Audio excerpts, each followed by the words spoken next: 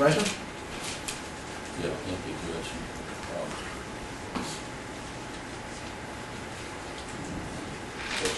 My client is a political party. It's the Pima County political party. And this case involves primarily, as we've discussed, statutory construction as to how various statutes fit together.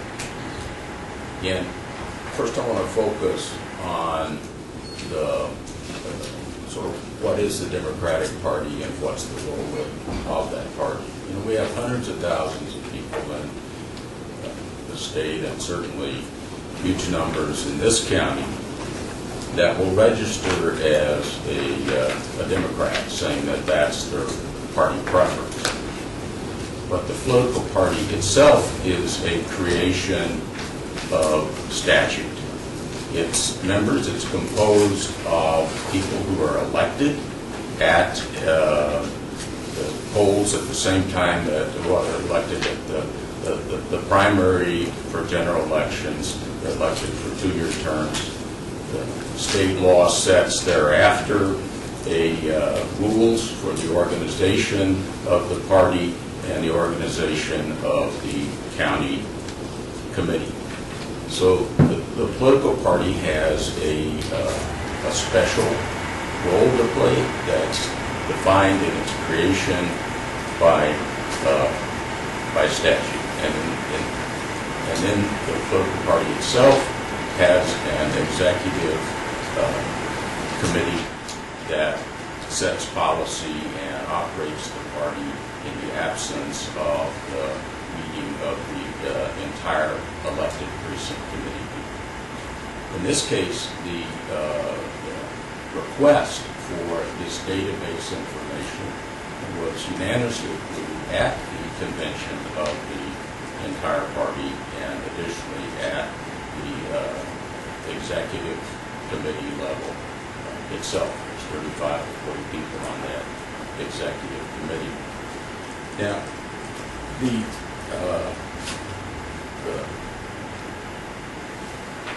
statutory interpretation involves, the case law says, an understanding of a statute's context, its subject matter, its historical background, the effects and consequences, and spirit and purpose.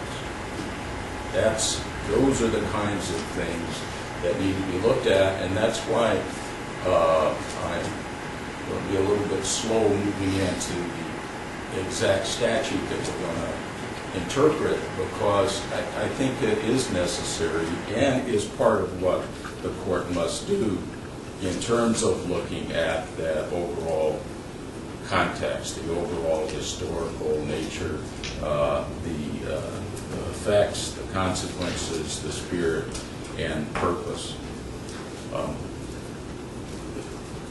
Political parties are kind of an innovation in American history, in the sense that if we look at the U.S. Constitution, the political parties aren't mentioned. By the time Arizona became a state from territorial days and on, political parties were a feature of American life. And in this state, they've been given really special responsibilities relating to elections. And elections, as we all know, but it's worth repeating, is absolutely the foundation of our democratic system. It's the innovation of this nation, because when the United States was formed as the first country like this in Europe, they didn't have elections to elect kings. Here we have elections that represent the will of the people. The 51%, that decides who's elected and who gets to make policies within within our system. And in Arizona, it's the political parties that have the role to ensure the integrity of that system. This is really a people's election. It's not the government that has an election, but it's the people that do, and the election is monitored at every stage by representatives from political parties. Really, hundreds of people participate in that process on behalf of political parties. Our Attorney General plays no role in monitoring elections. You can't go to a polling place and see somebody there saying, we're here as an observer from the Attorney General's office. They don't play a role. They don't check what's on the computer. They don't check what's in anywhere. They're not part of the operation of the election system. Our Secretary of State plays really a fairly minimal role. The Secretary of State participates and by statute produces a manual that has a lot of things that tell different counties what they're supposed to do procedurally in one aspect or another. You'll find that when it comes to, let's say, the computer operation or the counting of ballots, the role of the Secretary of State is extremely minimal. The 16445, the one that the statute that requires the county to send certain information to our computer program to the Secretary of State. Testimony from Joe Keenfield, who's the state election director, is they never look at what's sent, which is fine. And that's because it's never come up that there has been an allegation of fraud, and that's there for the purpose. If there's an allegation of fraud, they have certain information available to them to pursue that investigation. But they don't look at it. You'll hear testimony from Mickey Donahoe this last election this year, when the Secretary of State came down to have a representative perform a logic and accuracy test. And you'll hear a description about that, but that's a fairly simple little process. He said they were kind of running late. They weren't here long. There's a small number of ballots running through the machine, and you say, okay, machine counted was right, and now you can go on. But the Secretary of State's office doesn't check what's in that computer. They don't check later how things are counted. They have no understanding of what's in the source code of the instructions to the computer that counts it. So really the role of the Secretary of State is very limited in ensuring the integrity of an election. They don't have anyone that's at the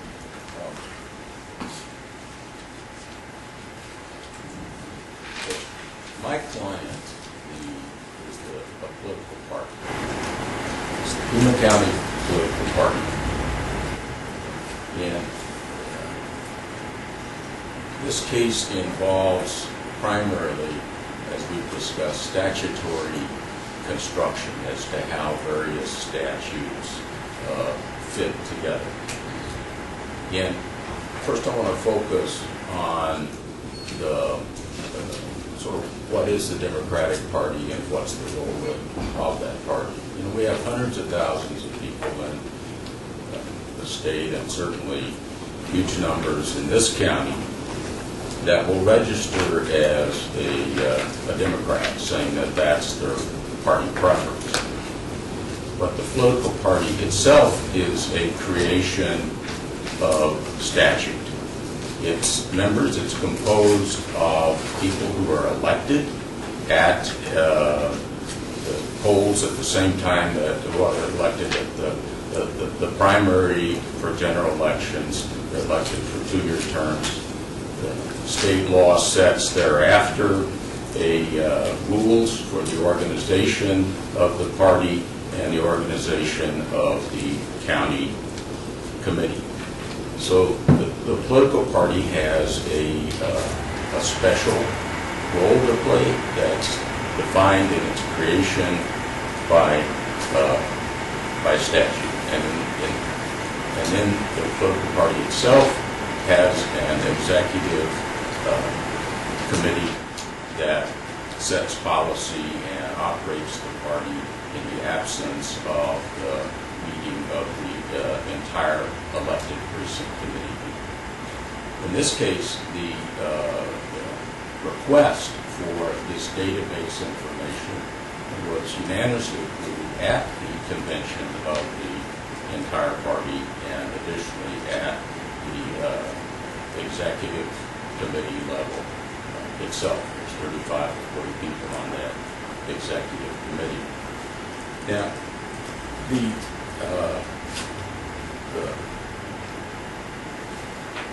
statutory interpretation involves, the case law says, an understanding of a statute's context, its subject matter, its historical background, the effects and consequences, and spirit and purpose. Those are the kinds of things that need to be looked at, and that's why I'm going to be a little bit slow moving into the exact statute that we're going to interpret, because I think it is necessary and is part of what the court must do in terms of looking at that overall context, the overall historical nature, the effects, the consequences, the spirit, and purpose. Political parties are kind of an innovation in American history, in the sense that if we look at the U.S. Constitution, the political parties aren't mentioned.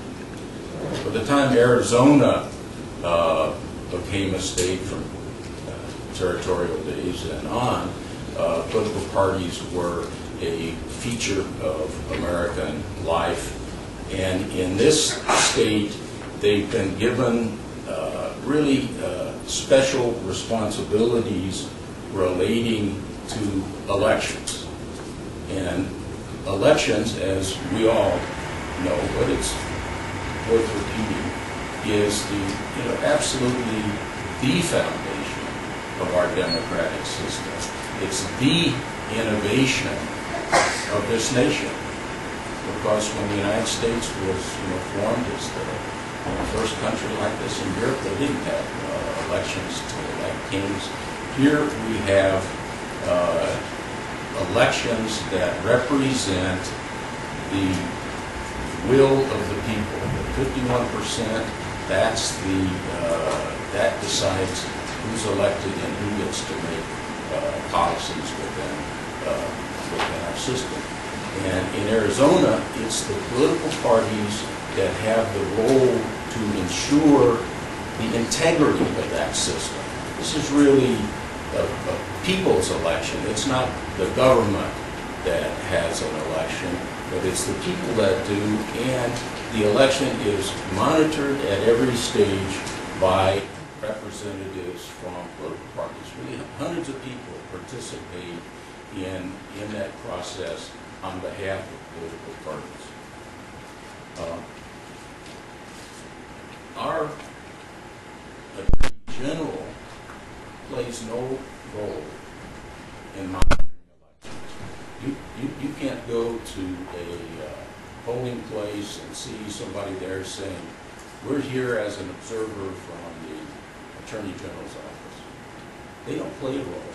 They don't check what's on the computer. They don't check what's anywhere. They're not part of the operation of the election system. our Secretary of State plays really a fairly minimal role. The Secretary of State participates and by statute produces a manual that has a lot of things that tell different counties what they're supposed to do procedurally in one aspect or another. You'll find that when it comes to, let's say, the computer operation or the counting of ballots, the role of the Secretary of State is extremely minimal. The 16445, the one that the statute that requires the county to send certain information to our computer program to the Secretary of State. Testimony from Joe Canfield, who's the state election director, is they never look at what's sent, which is fine. And that's because it's never come up that there has been an allegation of fraud, and that's there for the purpose. If there's an allegation of fraud, they have certain information available to them to pursue that investigation. But they don't look at it. You'll hear testimony from Mickey Donahoe this last election this year when the Secretary of State came down to have a representative perform a logic and accuracy test. And you'll hear a description about that, but that's a fairly simple little process. He said they were kind of running late. They weren't here long. There's a small number of ballots run through the machine, and they say, okay, machine counted us right, and now you can go on. But the Secretary of State's office doesn't check what's in that computer. They don't check later how things are counted. They have no understanding of what's in the source code of the instructions to the computer that counts it. So really the role of the Secretary of State is very limited in ensuring the integrity of an election. They don't have anyone that's at the... If you look at our election statutes, it's sometimes I think we would need a forensic historian to go through, and because you can trace how our mechanisms of ensuring a good election have changed over a period of time. Maybe a little off the point, but when I was a little kid in Kentucky, the process we had there was you would ballots that were hand counted. People in that precinct would sit there and the public could watch as they counted the ballots that evening, and you knew it was transparent. When I was a little kid, how little kids sometimes learn tricks. So a little trick that my parents would have me do was repeat a speech that a guy made at Salem Schoolhouse near Grassy Creek, where they used to line up for elections. Although just men voted, men would line up and see which line was longest. But people would know what the results were. They knew what the results were when you did the hand count. And then we started getting lever machines. And you see in our statutes dealing with those kind of machines. And now we have computers. And they create new problems. And it creates new problems to confirm the accuracy of elections just from the nature of how computers operate. And so when we look at the statutes and go through that stuff later, if, as the county argues, through some nuance in law that the legislature has decided to strip from political parties the knowledge and the opportunity to confirm on behalf of the public that the election is transparent, we suggest that kind of result and outcome can only come from an extremely direct law and understanding from the legislature to totally change how election comes, not from some tricky wording that a computer scientist might be able to find an ambiguity in.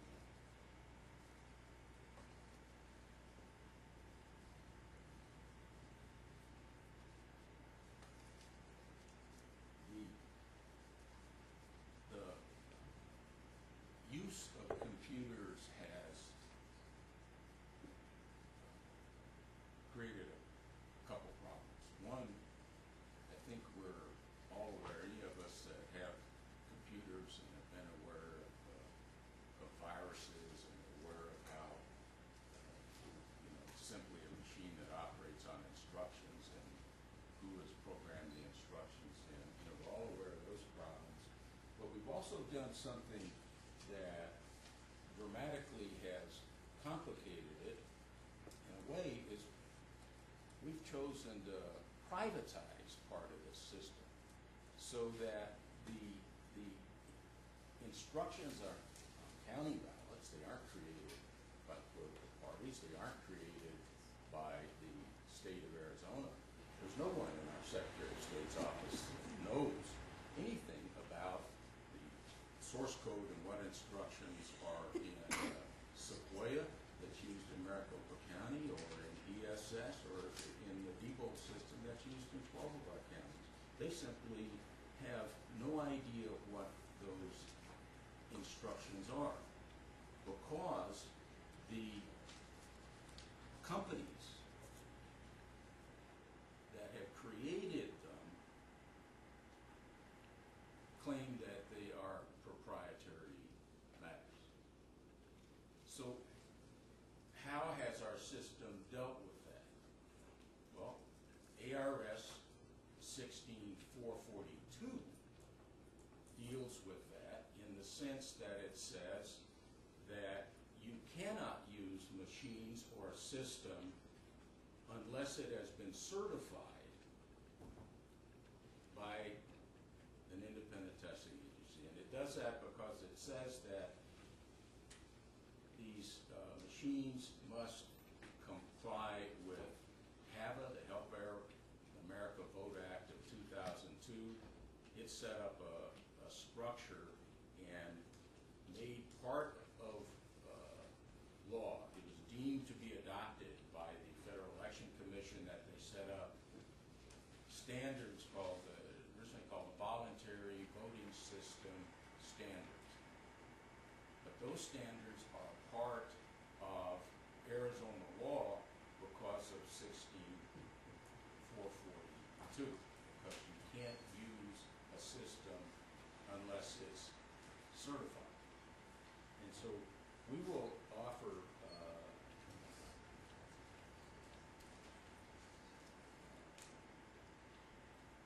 testimony about the certification process, because what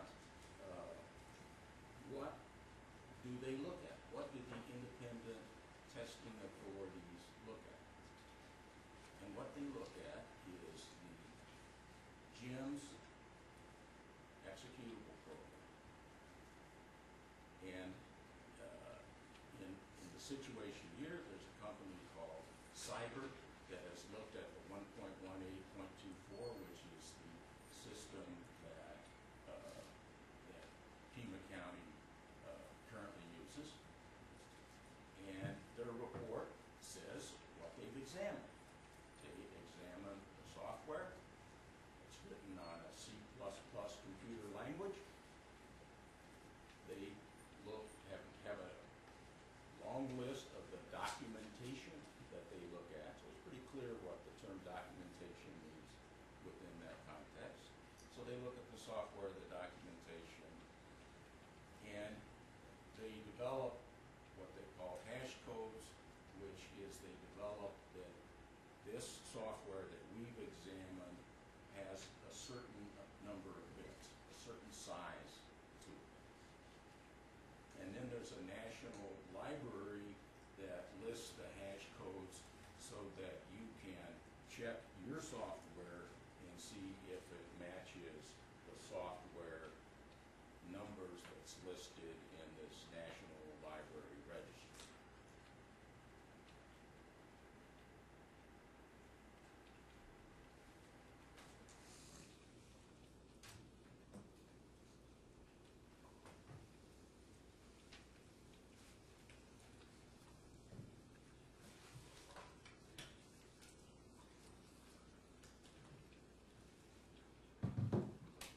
But they do not look at the database, because they can't, because GENS creates the database. You can't hash the database. It's not something that they examine.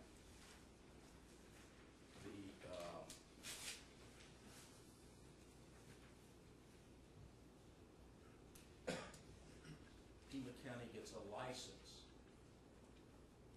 They don't have a license for the database. They get a license for the executable programs and those elements. It's different.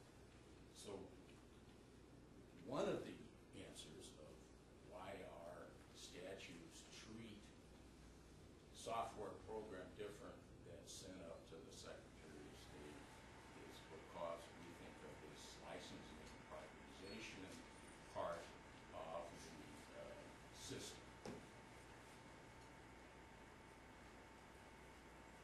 The fact that they, of course, they really can't examine a database that's used in Pima County, and no one can.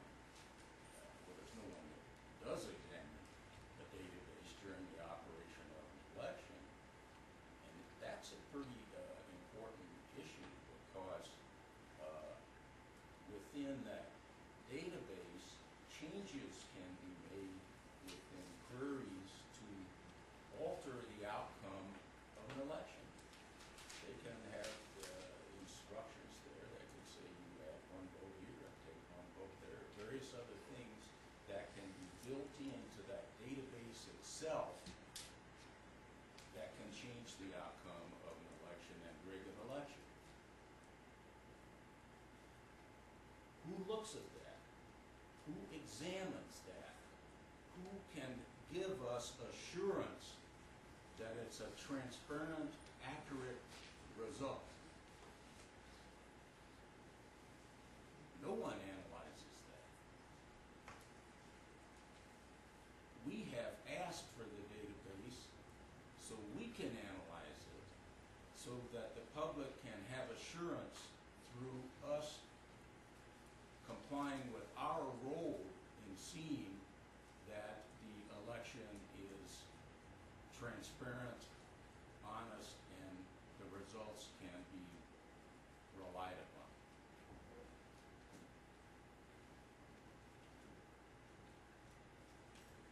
In a week,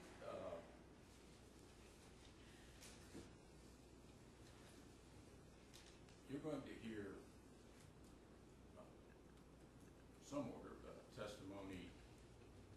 One of the people that I expect to testify is Paul Eckerstrom, who was chair of the Pima County Democratic Party a few years ago. And Paul set up a election integrity committee to look at the computers. And really what happened, it's no news to anyone that in the year 2000, there was extreme interest in the United States of the outcome of that 2000 election that ended up with Bush v. Gore and so forth, that ended up through Congress passing the HAVA Act that I spoke about that set up the situation of certifying software that then became part of Arizona law. That also triggered interest in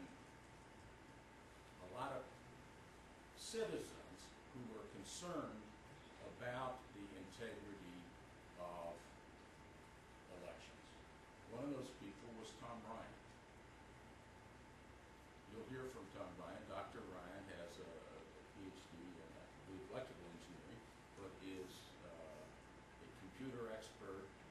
He's worked for a large company called the SAIC, one of the largest companies of its type in the United States. He retired as a computer engineer and was appointed to that committee and did an investigation. He started learning about election procedures. He talked to Kathleen Dietrich of the city, talked to Brad Nelson, and produced a report. He and other people, including his wife, Mary Judge Ryan. You may know her. She's an attorney that practices in town. She assisted him on the production of the report in 2003. And this report dealt with problems related to using computers and what needed to be done to improve security given the kind of computer systems and the problems that he saw at that time. And one of the reasons that I mentioned this history, I think it's important to see that this case isn't about a particular election. This case ends up being at the end of a 4-year string where the Pima County Democratic Party is attempting to fulfill its role in ensuring the integrity and accuracy of elections. And that first report was in 2003.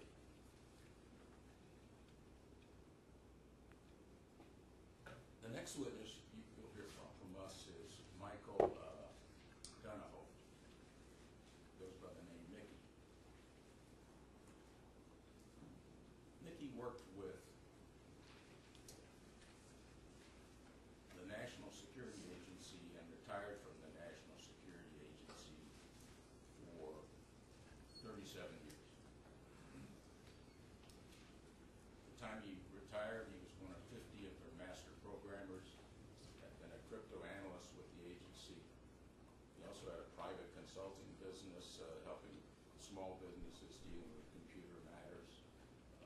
In this case, this GEM system, as you know, is built on a Microsoft Access base. He, of course, is fully familiar with that and has been a teacher and instructed the FBI agents and staff on Microsoft Access and has instructed Justice Department employees. Mickey, interestingly enough,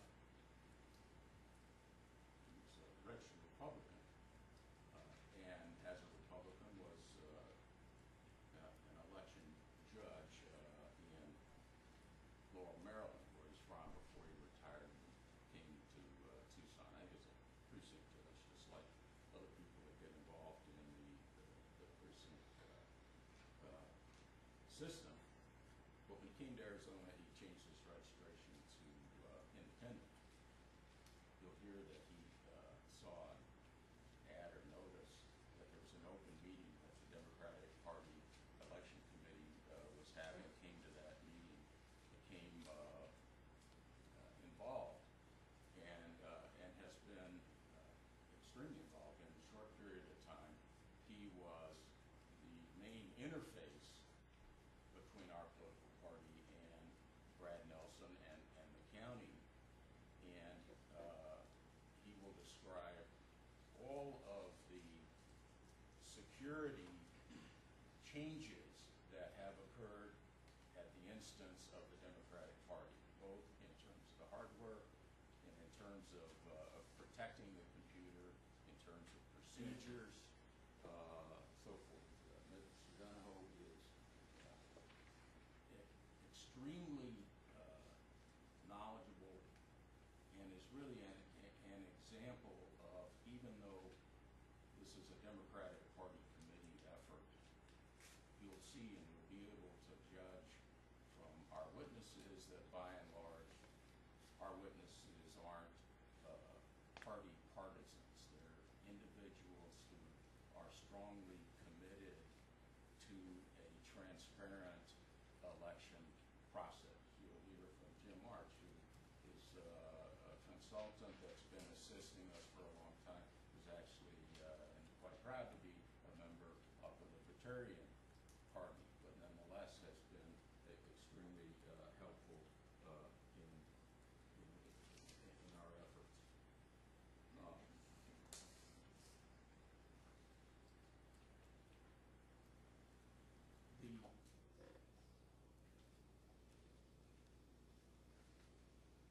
The changes and the involvement that Mickey Donahoe will talk about came about in 2006,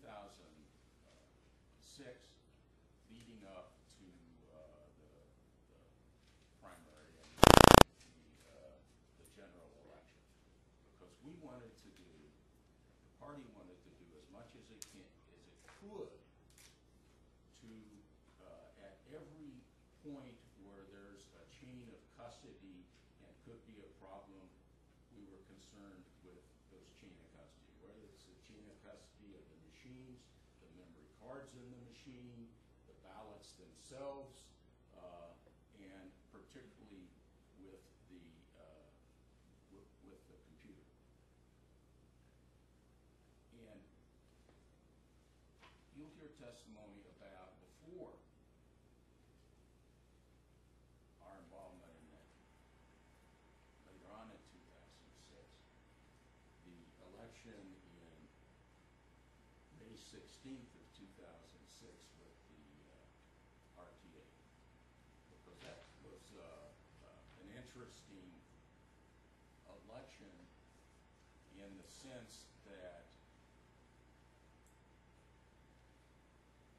the Board of Supervisors who was in charge of that election were highly motivated to achieve a favorable response for their bodies. It's a unanimous board. They spent $75,000 on Jim Berry to do a precinct by precinct analysis of the election results of prior bond elections. Our county money was spent for that analysis in preparing for the RTA election. Our election department changed its procedures before the RTA election so that only Ryan Crane and Mary Martinson knew the code to go into that machine. Other people who previously were permitted to be in the election room weren't allowed to be in the election room during that election. During that election, there was concern by Ted Downey, Representative Downey was down observing where all he could do was look through a window and saw that there was open a manual in there on Microsoft Access dealing with tables and SQL queries, which we hope to introduce into evidence photographs of that scene with that manual open. But because that was, according to the county, a nonpartisan election, they said we had no rights to observe.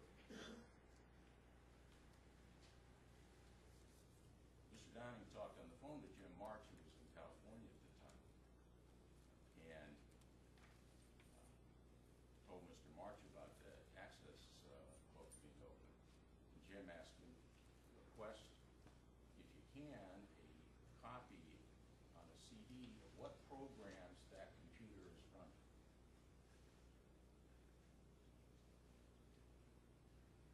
And Mr. Downing asked Fred Nelson, would you make a copy of what programs are running on a CD? And don't give it to me, just give it to the sheriff.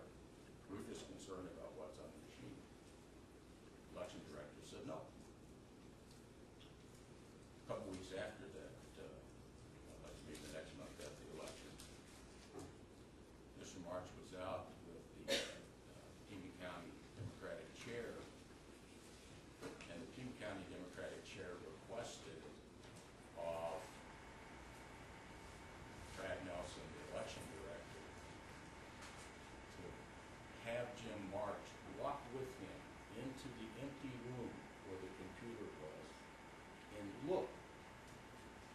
and see what that computer's connected to.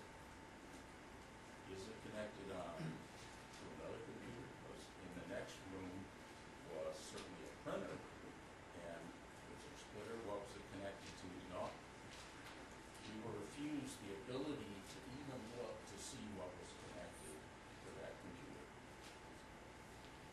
You'll hear testimony from Chester Corrali, who will say that, although he didn't know for sure, it was his understanding that that computer was directly connected to the computer in Brian Crane's office, the one guy who operated the computer.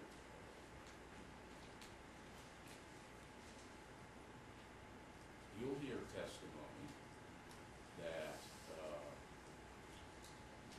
from a couple of witnesses that will offer interesting testimony that goes to the attitude of the county, its management, its ability to really control this risk of what could be done to the computer through insiders. And you'll hear from Robbie Evans, who for 4 years worked as an assistant to Brian Crane.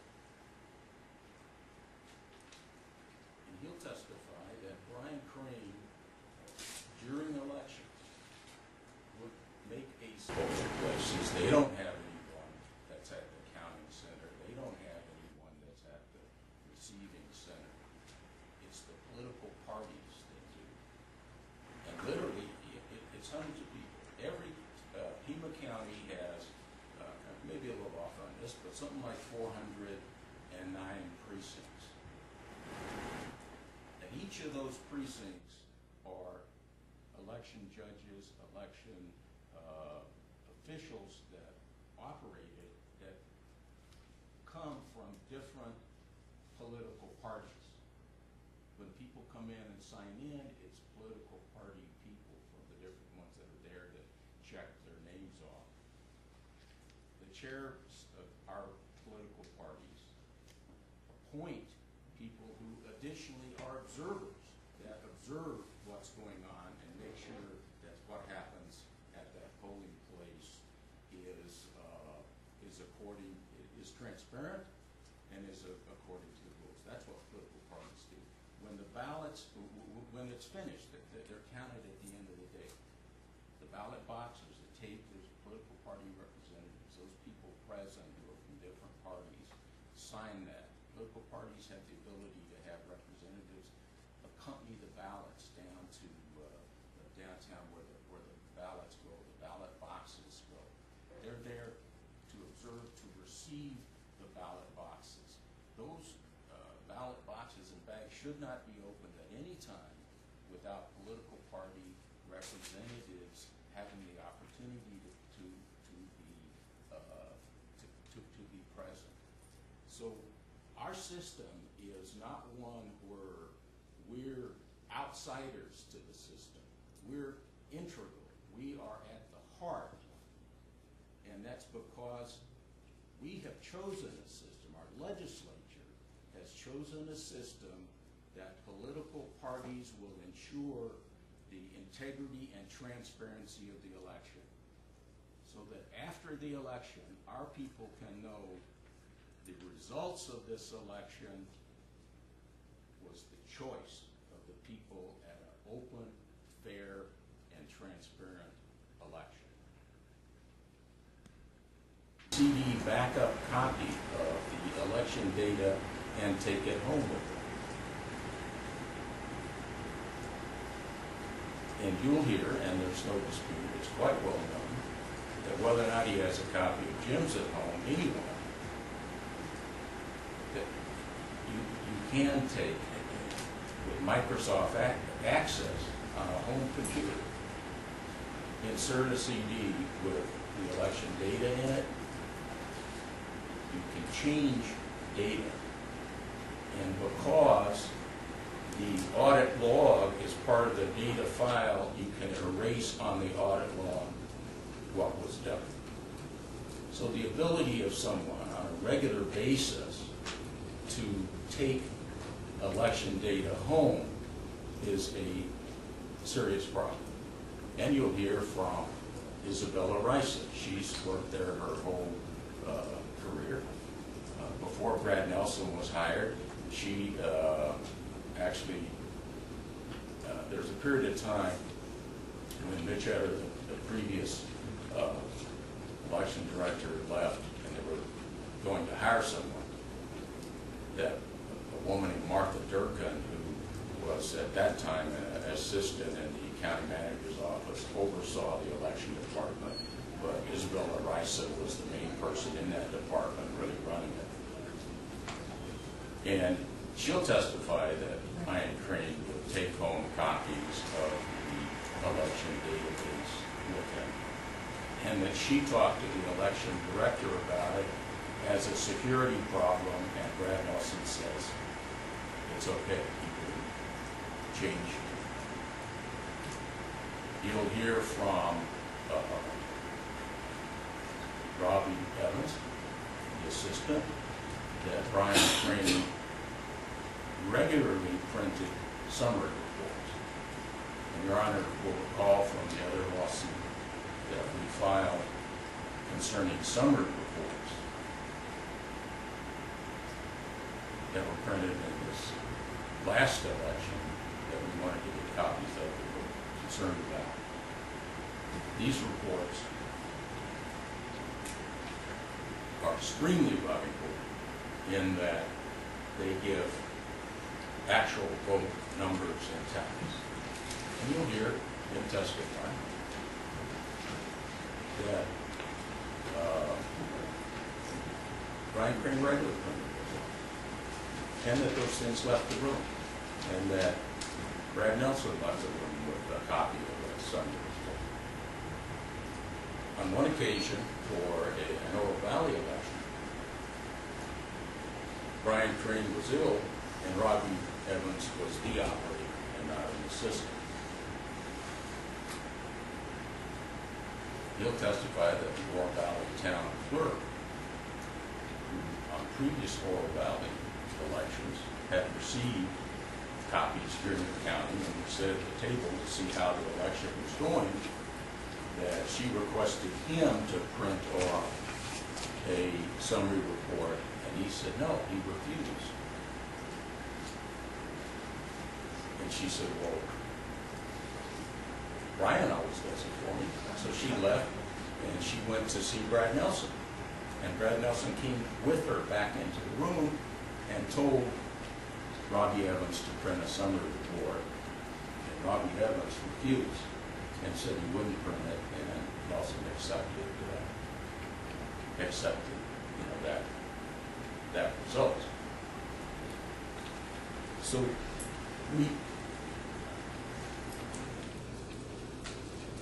says he has only a rudimentary understanding of computers. The guy who's our election director. So what our party has tried to do is to protect physically the computer.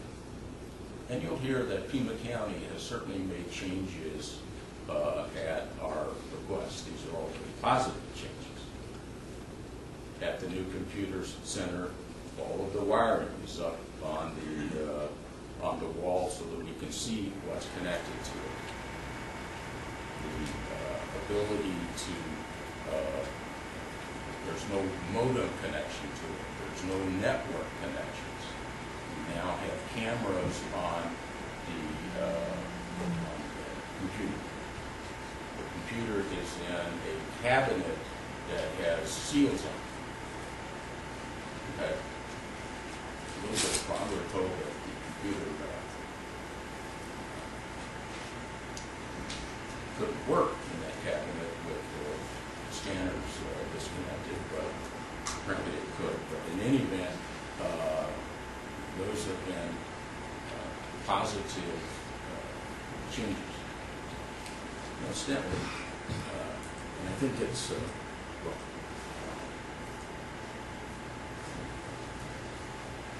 our concern about the computer are twofold, and it's important, I think, to understand those concerns. One certainly is the possibility of malicious code or insider manipulation and rigging to get a non-correct result. Another thing is that this software itself isn't suited for this purpose. What the Depot Corporation has done in taking Microsoft Access and using it as a sort of cheap, easy way to do a base for its computer has created a problem. And you'll hear testimony from Tom Ryan about that, and he'll describe a report by another Tom Ryan, but not him. And what that report talks about is that the software, if there's multiple inputs at the same time, let's say here they've got 7 scanners running at the same time, the software isn't designed to handle that multiple input. And in fact, Microsoft Corporation has issued a statement saying, we suggest you don't use it for those kinds of uses, and don't use it for larger databases. It's designed for smaller databases and smaller usage. It has the curious aspect of having 2 separate tables with vote totals inside it. It's there are problems with the software that with the database that demand that someone examine it, irrespective of potential malicious human intervention. But in any event, you will learn that through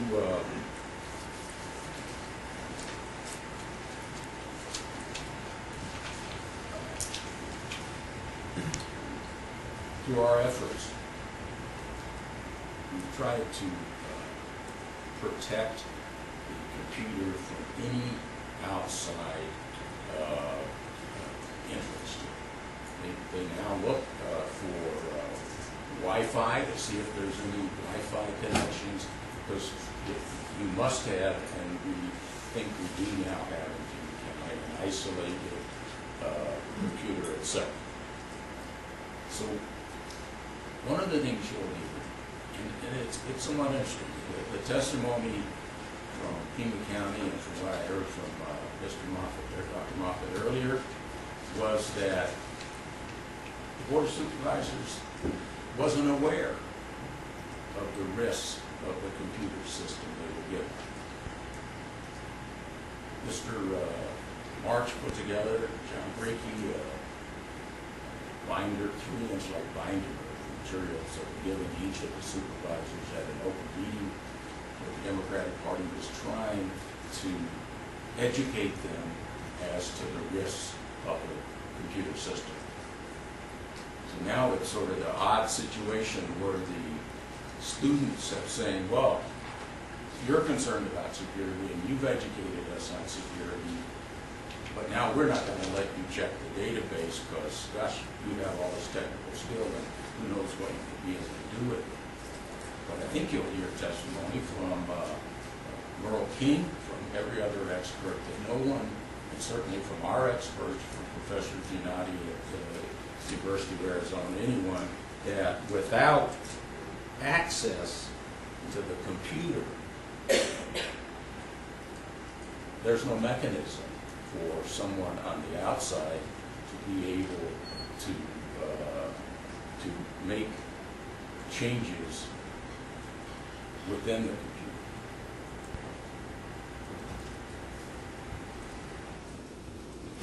But since we have started on this program over several years,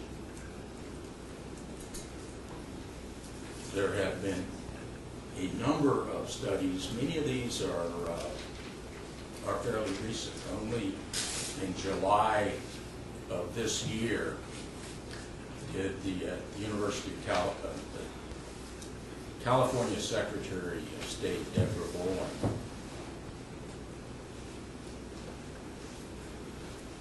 spent a few million of the California taxpayers' dollars and set up some teams. One were a group called Red Teams, where they were assigned one to Sequoia, one to Debo, and so forth. These were people in the computer science department of mostly University of California computer science departments, to see if they could hack into the machine. And sure enough, they examined the software and said, now, these systems are vulnerable. These systems have lots of vulnerabilities. She had a source code review. The source code teams came back and said, this stuff is full of holes and has lots of vulnerabilities. And so we're in a situation now where I think Pima County is agreeing, yep, you're right, this thing has lots of vulnerabilities. There are lots of places that where someone can change things. And we don't know of any way that you can do it from the outside. We don't know of any other instance in the history of the country where a political party has attempted to hack a computer from the outside. But because of these vulnerabilities, trust our inside guys. Trust Brian, who takes it home. Trust Brad, who doesn't know anything and lets him take it home. Trust our management system, where Brad Nelson reports straight to Chuck Huckleberry. Trust him. Trust our system that has not shown the concern about those securities on the past. Trust us. But our role is, we're not interested in a system. This isn't the kind of system that can be built on trust. This is the kind of system that must have examinations. There must be an examination of the database. And you heard in court, Your Honor, that we've heard from the county saying, okay, we'll give you these numbers. But gosh, we can't give you these SQL queries. We can't give you this other stuff because, those could be, we could call it, somebody might call those programming elements, and we can't give you those. The problem is that those contain the history of how these numbers came about. To examine the database and the history of the database, to see if there were changes, you need to look at it through points in time. For instance, let's go back to the RTA. One of the things that was a curiosity to some of us, and in fact ended up the Attorney General having an examination for data, was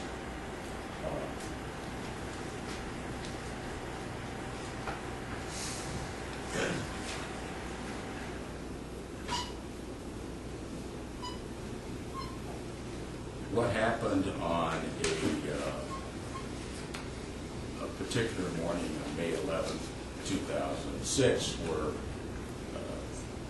the computer operator who'd been doing it for years backed it up, but the next morning came in 33 seconds later and backed up and erased the data before.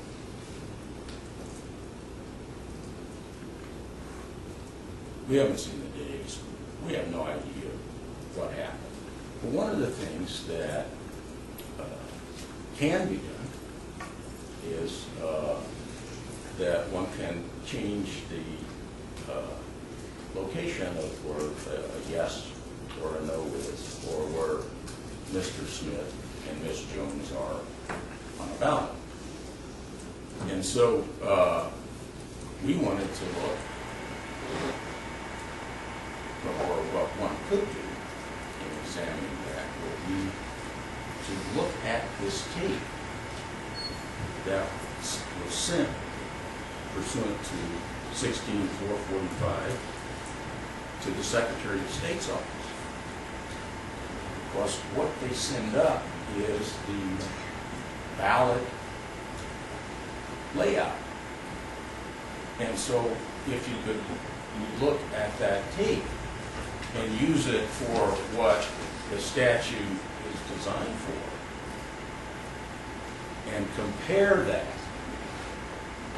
with the rotations that are shown on the database, that would be one way of assuring that nothing had happened. So we took depositions, Your Honor, at hearings where we tried to protective orders and talking to the Secretary of State's office and so forth. What we learned was that the Secretary of State's office had sent that tape along with others in the box.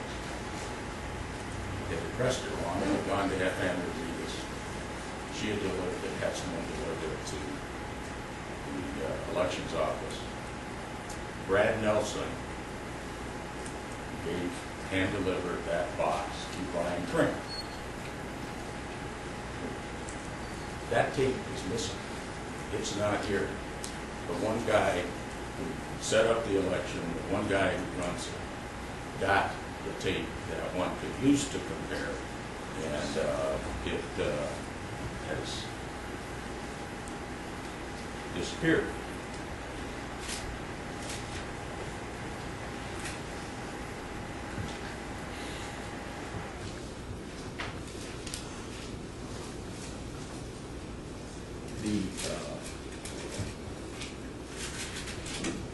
If you look at the statutory scheme, 16-444, which talks about a computer program,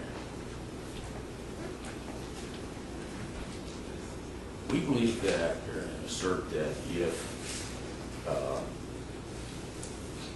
to understand what that statute means in terms of a computer program, you need to refer to 16-442, which talks about testing agencies certifying computer software. And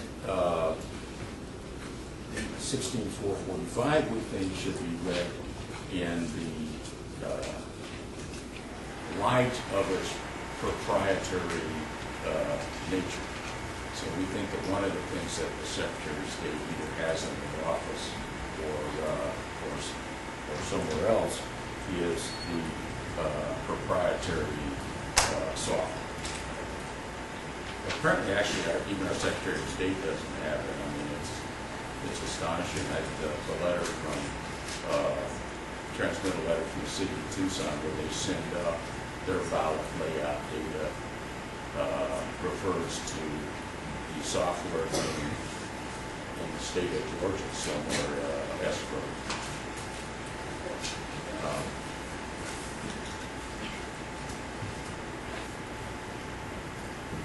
So the bottom line here is, if political parties cannot examine the database and cannot, in an adequate way, trace the history of those numbers in the database, then we're stuck with the system that everybody knows has lousy software, everybody knows what motives exist, everybody knows of the problems with it, but yet no one in the system with the examiner. You know, the sworn testimony is Board of Supervisors has never done it before. You'll hear from Chuck Huckleberry, and this astonished me, where I asked him, what role did the Board of Supervisors play in this decision, since they, by statutes, have the responsibilities of election supervisor? None. None was his answer. So we'll have a system where one guy who hired Brian Nelson, not the Board of Supervisors, one guy who hires Brian Nelson, who directly supervises Brian Nelson, who uses a computer system fraught with problems. No one would be able to examine and check and confirm the accuracy of an election. That is intolerable in our democratic system. That is an answer that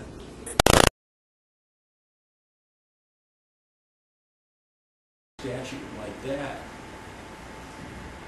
and look at all the other systems, all the other statutes, all the other history, all the other problems, and come down and say, okay, gee, I guess I have to bite the bullet here on what this little definition problem is, and I guess it's up to the legislature, because we've got a system where nobody can look and examine that election. That's not our system. Our legislature has never said that. We have a system where political parties are here to do that and confirm the accuracy of elections. Thank you, Judge. Thank you.